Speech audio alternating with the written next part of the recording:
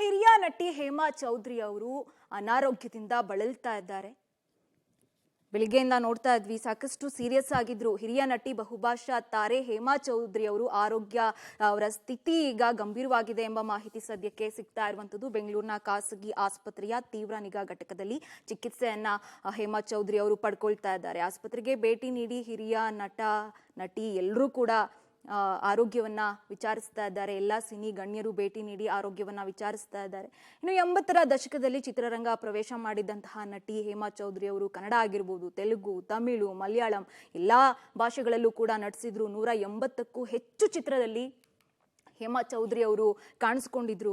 ಜೊತೆಗೆ ವಿಷ್ಣುವರ್ಧನ್ ಆಗಿರ್ಬೋದು, ಶಂಕರ್ ನಾಗ್ ಆಗಿರ್ಬೋದು, ಅನಂತ್ ನಾಗ್, ರವಿಚಂದ್ರನ್ ಇವರೆಲ್ಲರ ಜೊತೆ ಹೇಮಾ ಚೌಧರಿ ಅವರು ಅಭಿನಯಿಸಿದ್ರು. ತೆಲುಗುನಲ್ಲೂ ಕೂಡ NTR ಜೊತೆಗೆ ಕೃಷ್ಣ, ಚಿರಂಜೀವಿ ಇವರೆಲ್ಲರ ಜೊತೆನೂ, ಕಮಲ್ ಹಾಸನ್ ಆಗಿರ್ಬೋದು ಇವರೆಲ್ಲರ ಜೊತೆ ಕೂಡ ಹೇಮಾ ಚೌಧರಿ ಅವರು ನಟಿಸಿದ್ರು. ಆದರೆ ಇದು ಒಂದು ರೀತಿಯಾಗಿ ಬೇಸರದ ವಿಚಾರ.